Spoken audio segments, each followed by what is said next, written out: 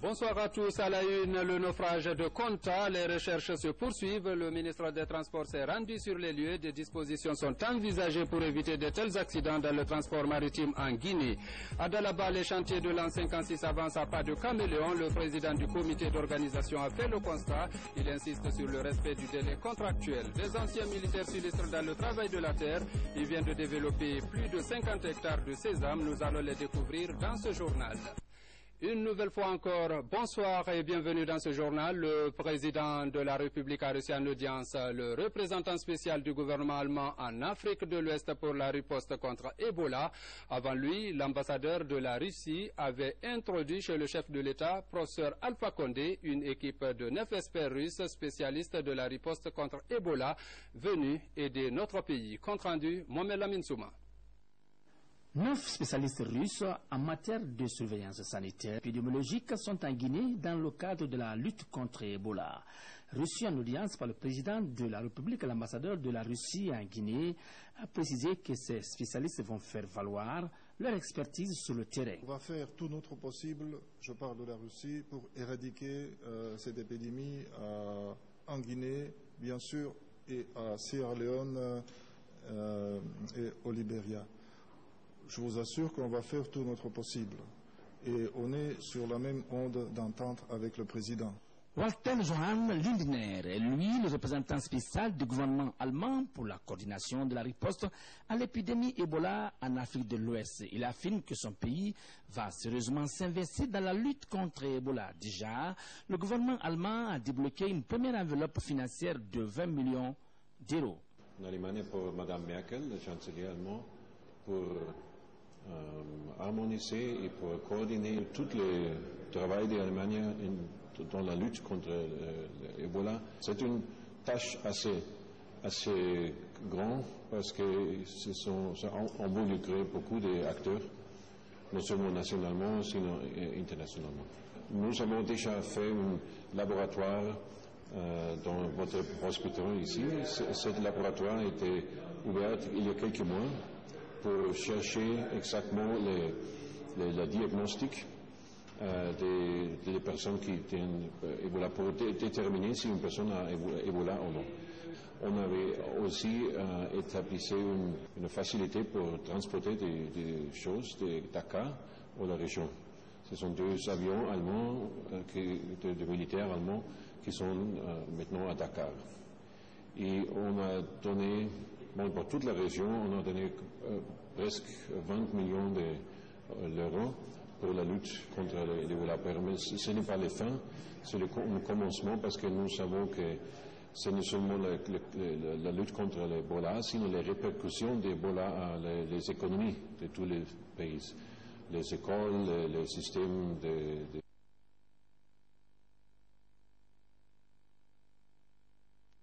et assez grand. L'Allemagne ne peut pas faire cette chose seule, sinon avec les voisins, avec les Nations Unies, avec les autres pays européens. Le représentant spécial du gouvernement allemand a été introduit auprès du président de la République par l'ambassadeur d'Allemagne en Guinée, Helmut Krosser. Dans la préfecture de Forêt-Caria, précisément à Konta, l'on a enregistré vendredi dernier un drame qui a endeuillé plusieurs familles. C'est une barque avec à son bord 61 passagers qui a chaviré. Pour l'instant, on parle de 18 corps retrouvés. Le ministre des Transports s'est rendu sur les lieux. Reportage Fodé Camara. À Forêt-Caria, le vendredi dernier, cette barque servant de trait d'union entre la commune rurale de Famoria et le marché de Benti a chaviré dans les eaux du port minier de Konta. Cette femme fait partie des rescapés de son naufrage, une miraculée qui a du mal à revenir sur terre. Je me suis couché sur un bidon pour glisser sur l'eau, ce qui m'a sauvé la vie. Après ce drame, je fais souvent des cauchemars.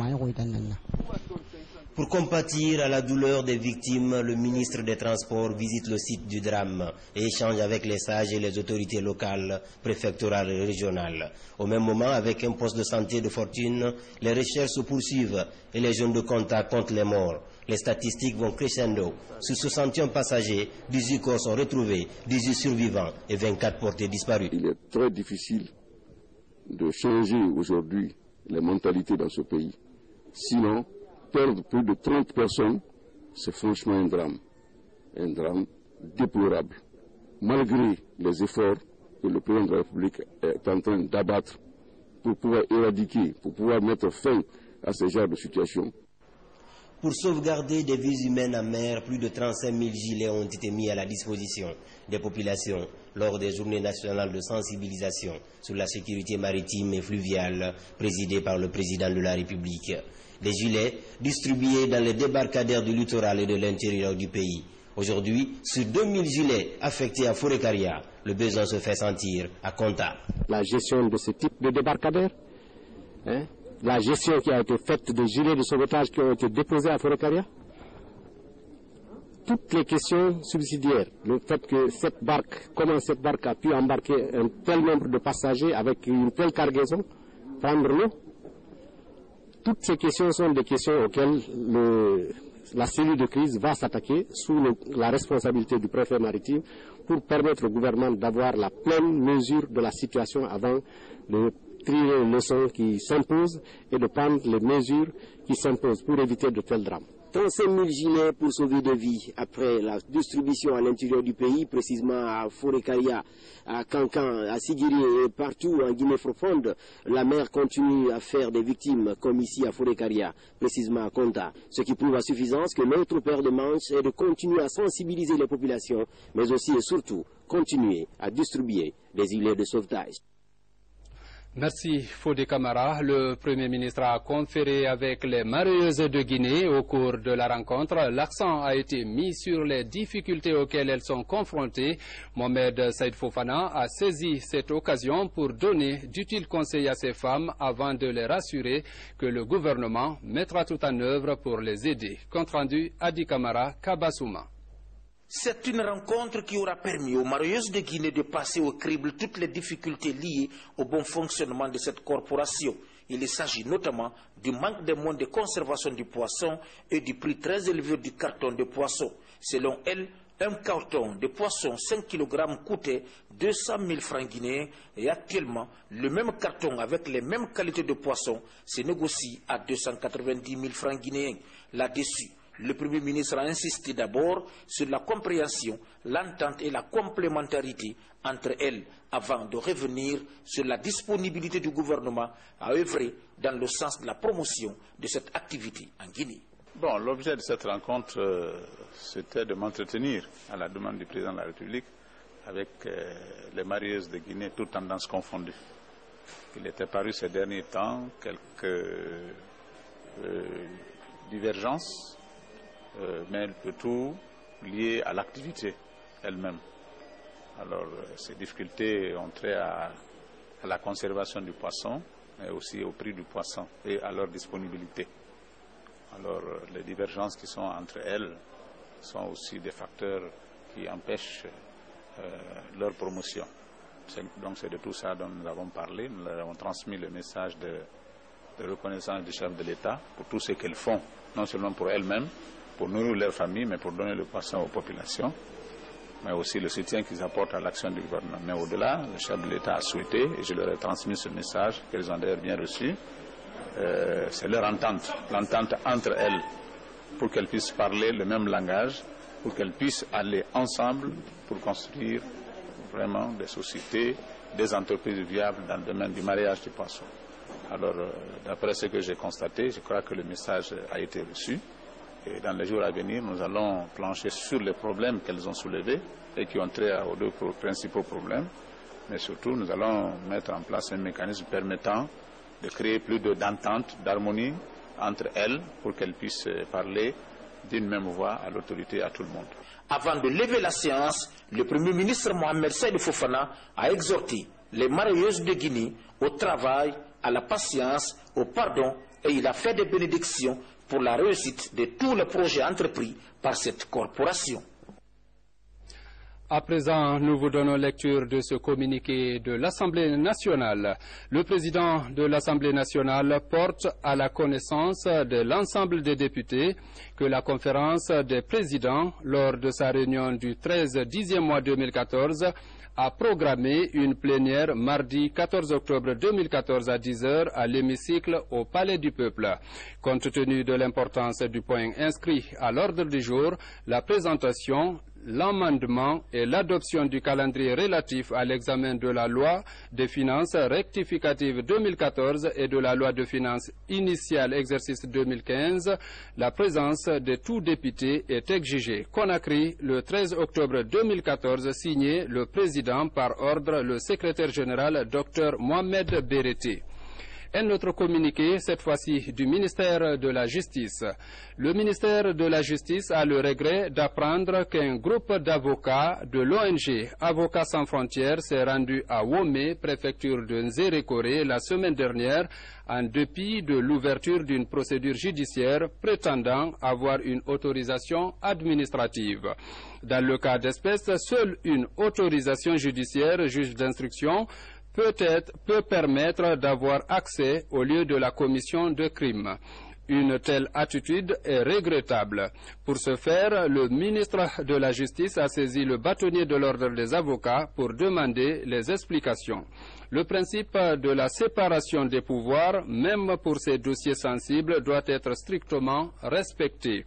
Le ministère de la Justice rassure les populations guinéennes que toute la lumière sera faite sur les crimes commis à Womé et que justice sera rendue. Signé Maître Cheikh Sako. Combat contre Ebola, le ministre de la Sécurité vient de prendre son bouclier pour stopper la propagation du virus.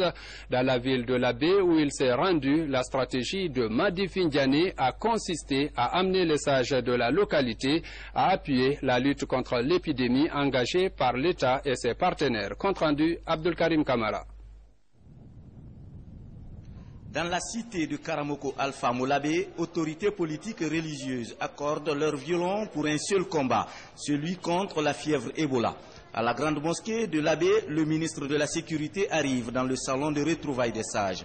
Ici, tout le monde implore la grâce de Dieu afin de vaincre le virus maudit. Cette souffrance appartient en premier lieu au président de la République, chef de l'État, le professeur Alpha Condé, auquel Dieu nous a confiés.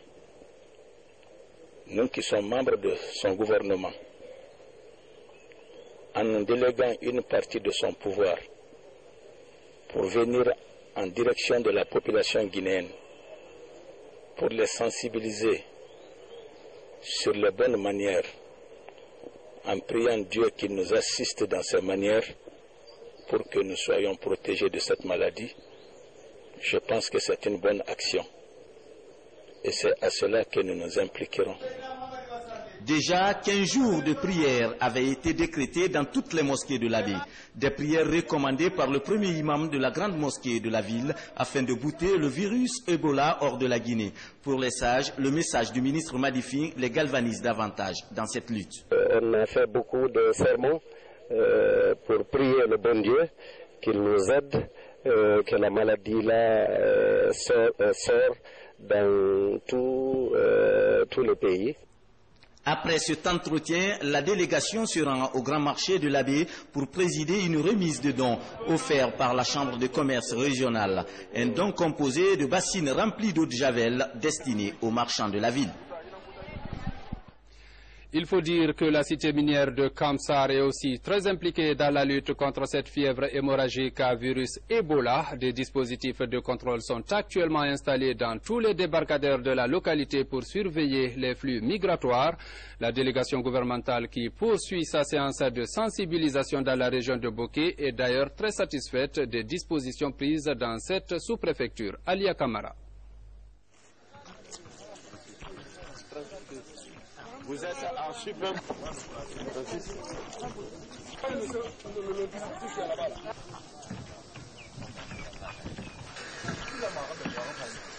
Allô.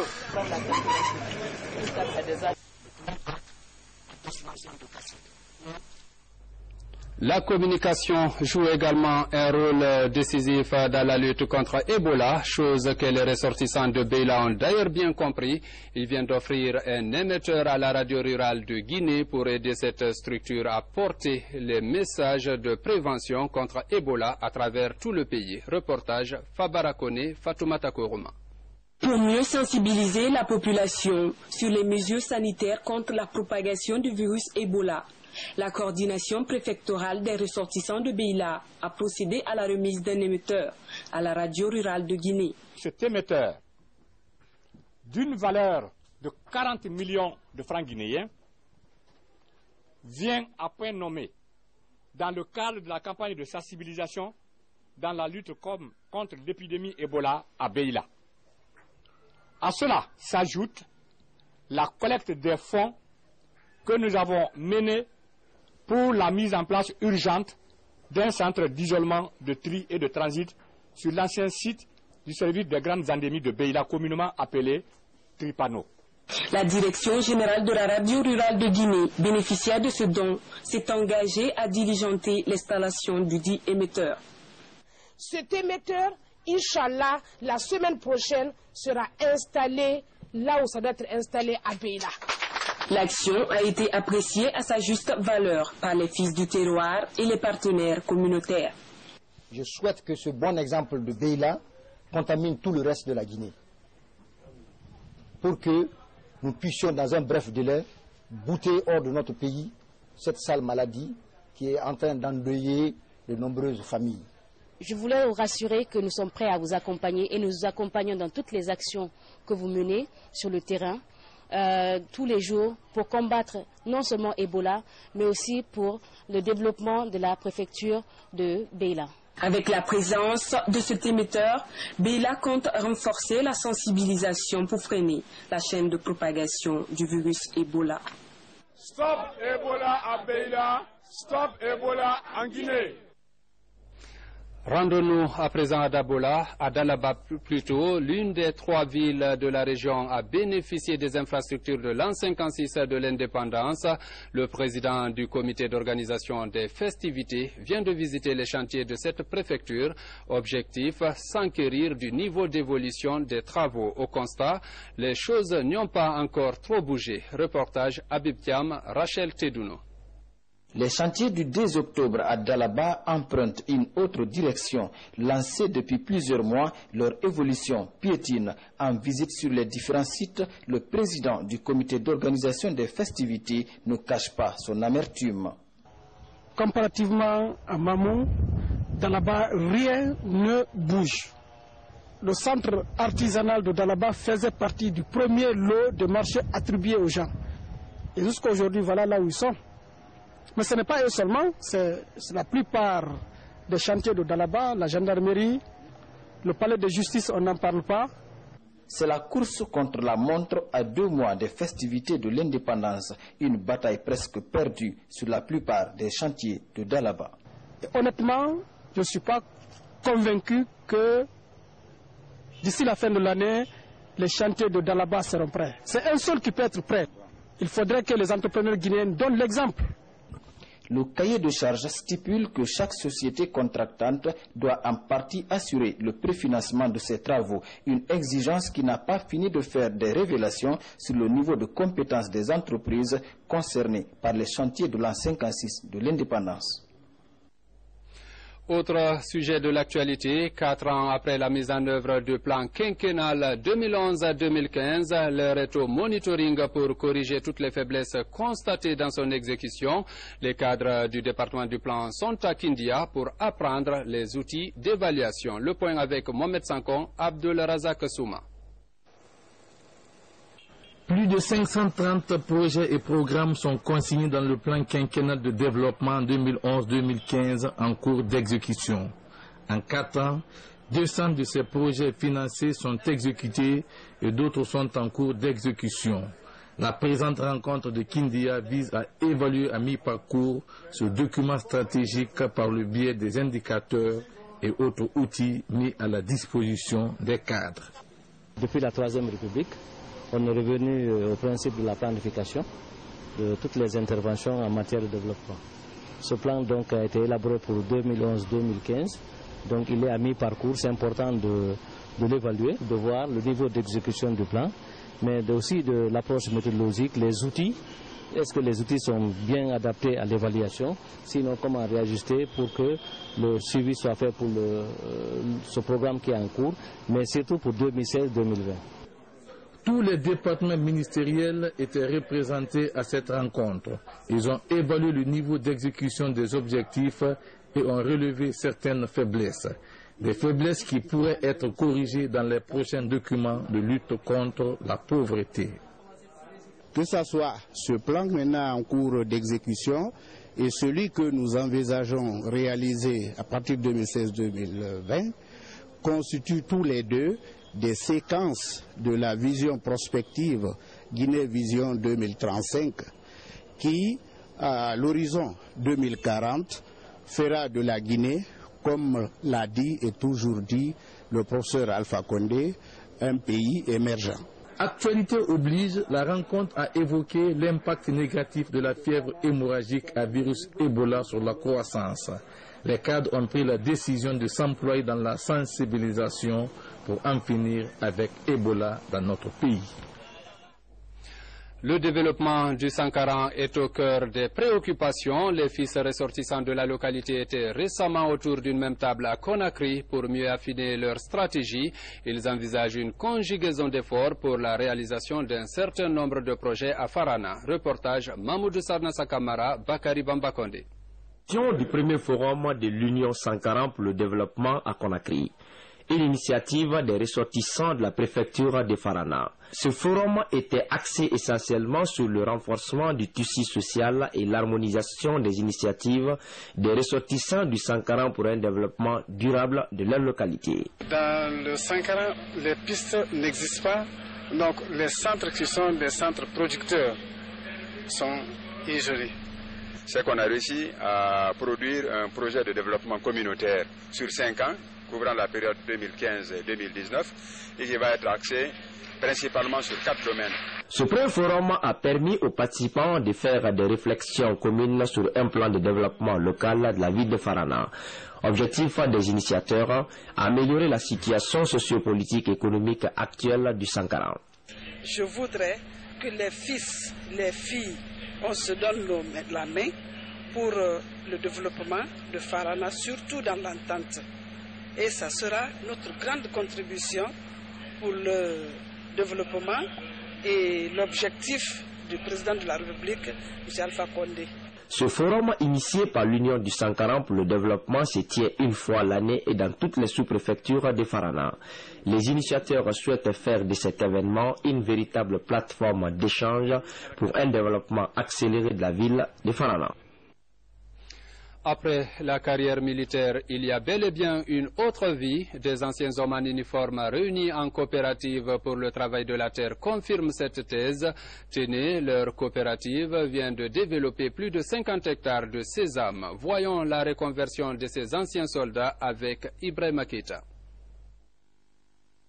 Faire de la Guinée un pays producteur et exportateur de sésame en Afrique, telle est la vision de la coopérative des militaires à la retraite pour le développement agropastoral.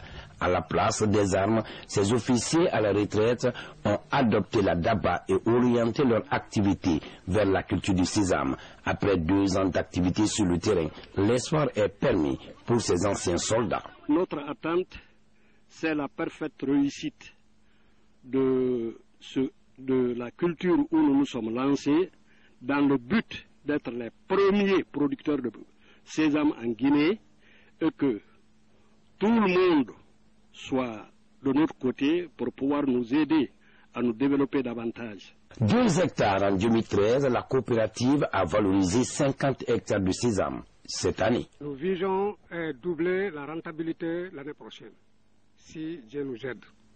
Nous voulons cultiver, s'il plaît à Dieu, 120 hectares de sésame, rien que de sésame. De Moulabé à Moussaya, en passant par Sirorou, ces militaires entendent aller loin, malgré les difficultés. Les ingénieurs que nous avons contactés nous ont dit qu'ils n'ont pas étudié le sésame. Donc il fallait les paysans à la personne de Fofana, qui nous a dirigés, qui nous a assistés, et avec l'aide de la population de Morlagbé, nous avons eu ce résultat. Des prouesses qui forcent le soutien. À quelques dizaines de mètres de là, 5 hectares de gombo sont aménagés, comme pour dire qu'après le service militaire, les hommes en tenue peuvent être utiles à la nation.